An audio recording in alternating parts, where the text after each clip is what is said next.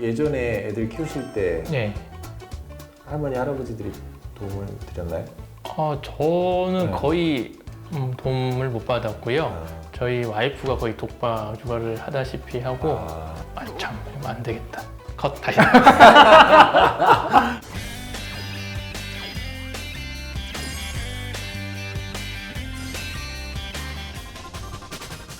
안녕하십니까. 흥찬병원 이정원.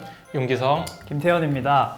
네, 오늘은 그 황혼육아라고 해서 그 조부모들이 아이들을 케어해주고 봐주시는데 그런데 생기는 여러 가지 그 질환이나 거기에 대한 얘기를 좀 해보도록 하겠습니다. 맞벌이 부부가 많아지다 보니까 이 애를 볼 사람이 없잖아요. 근데 그러다 보니 이제 뭐 할아버지, 할머니, 외할아버지, 외할머니께서 이렇게 좀 봐주시는 그런 경향이 좀 많아지지 않았나. 선생님이 이번에 네. 그래도 두 자녀를 등남하셔가지고 또 관심이 많으시겠어요. 아, 예, 축하드립니다. 감사합니다.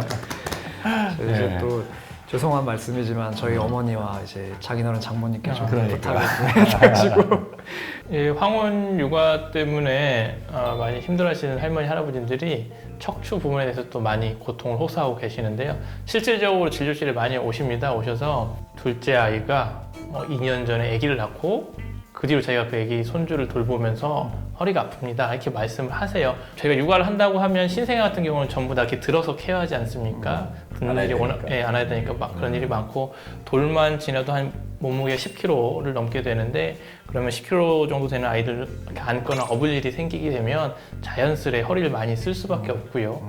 기존에 있던 협착증이나 디스크 질환을 갖고 계셔서 증상이 없이 살던 분들도 이 시기에 들어서 육아나 이런 것들이 더 하중을 가중시키면서 허리를 많이 통증을 호소하시는 할머니들, 할아버지들 많이 생기게 됩니다. 환자분들한테 허리 아프시면 많이 쓰지 마세요. 근데 이렇게 얘기하실 거 아니에요.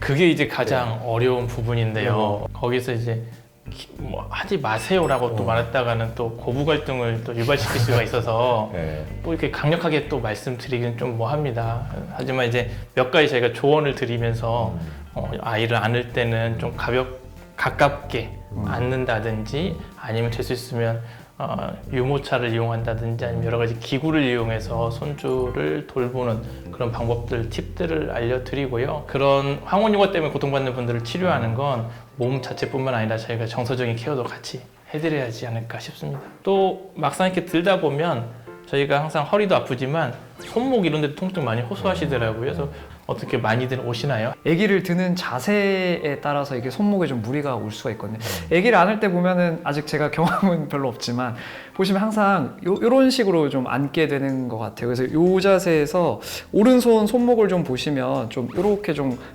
굴곡이 좀 돼 있는 이런 자세가 좀 되거든요. 근데 이렇게 되면은 우리 손목에 힘줄들이 좀 많이 지나가지 않습니까? 그래서 손목에 힘줄에 염증이 생기는 경우도 있겠고 아니면 이렇게 굴곡이 되면서 우리 손목 터널 증후군 이런 것들이 또 유발되는 경우도 있어서 손목 관련해서는 그런 증상들로 많이 오시는 것 같습니다. 예전에 그 실태 조사를 한 거 보니까 아이를 개인한테 맡기는 경우에 조부모한테 맡기는 경우가 84%나 되더라고요. 그렇게 하는 시간이 평균 보니까 주당 42시간이더라고요. 지금 법정 근로시간이 40시간인데 그보다 더 많은 시간을 일하시게 되는데 네.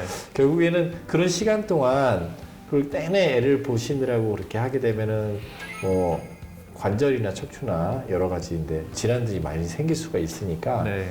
제 생각 같아서는 최대한 그걸 좀 효율적으로 하려면은 유모차나 보행기 같은 거를 이용해서 이제 한다거나 뭐 흔들 바운서라 그러죠. 뭐 이런 네. 것들 그래서 그런 것들을 많이 좀 이용해야 될 것 같다는 생각이 맞습니다. 듭니다. 육아는 장비빨이라는 얘기가 있죠. 아 그런가요? 네. 네. 그래서 그런 것들을 잘 이용하셔서 몸에 걸리는 육체적인 피로를 좀 줄여야 될 것 같습니다. 그리고 또 하나가 이 조부모가 이제 이 손녀를 봐주시면은 뭐 처음에야 너무 이제 이렇게 봐주고 내 애기고 하니까 그런 게 있지만 또 한정된 공간 집에서만 계속 또 지내셔야 되고 이렇게 답답한 게 또 생기다 보니까 우울증에 빠지면서 식욕도 떨어지고 스트레스도 받고 막 이런 문제가 또 생긴다 하더라고요. 그래서 육아를 한 분에게 몰빵하는 것보다는 조금 이렇게 분배를 적절하게 해서 휴식 시간이 좀 잘 있어야 되지 않나 생각이 드네요.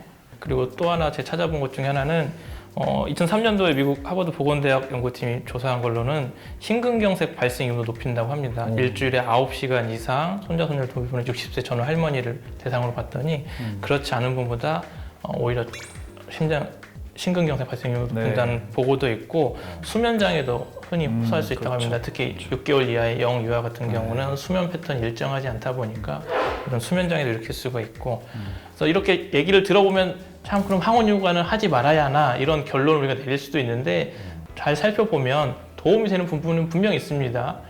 저희가 어디 보육기관 이런 데 맡기는 것보다 요즘 뭐 학대나 이런 것도 많이 나오고 하는데 그것 때문에 가슴 많이 아프지 않습니까? 일단 뭐 정서적인 학대나 신체 학대에서 조금 더 자유로울 수가 있을 것 같고요.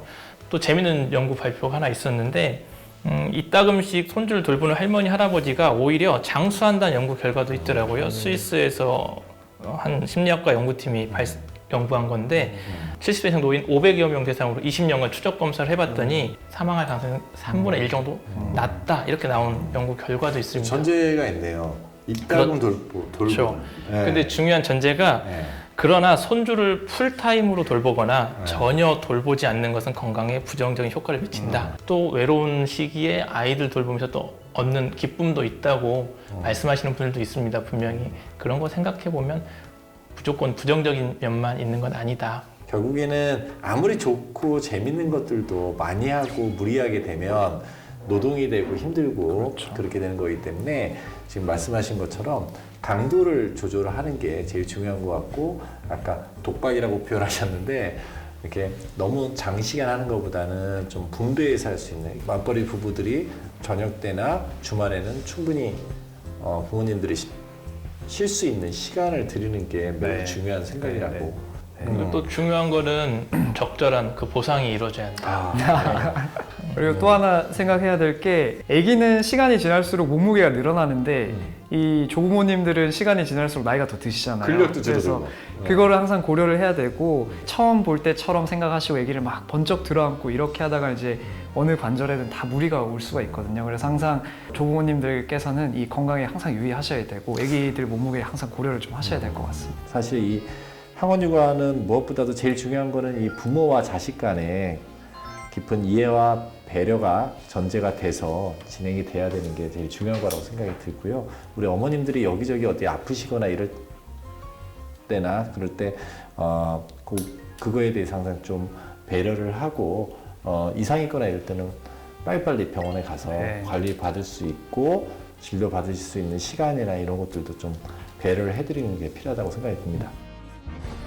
오늘 보신 영상이 마음에 드셨으면 구독, 좋아요. 알림 설정 부탁드립니다.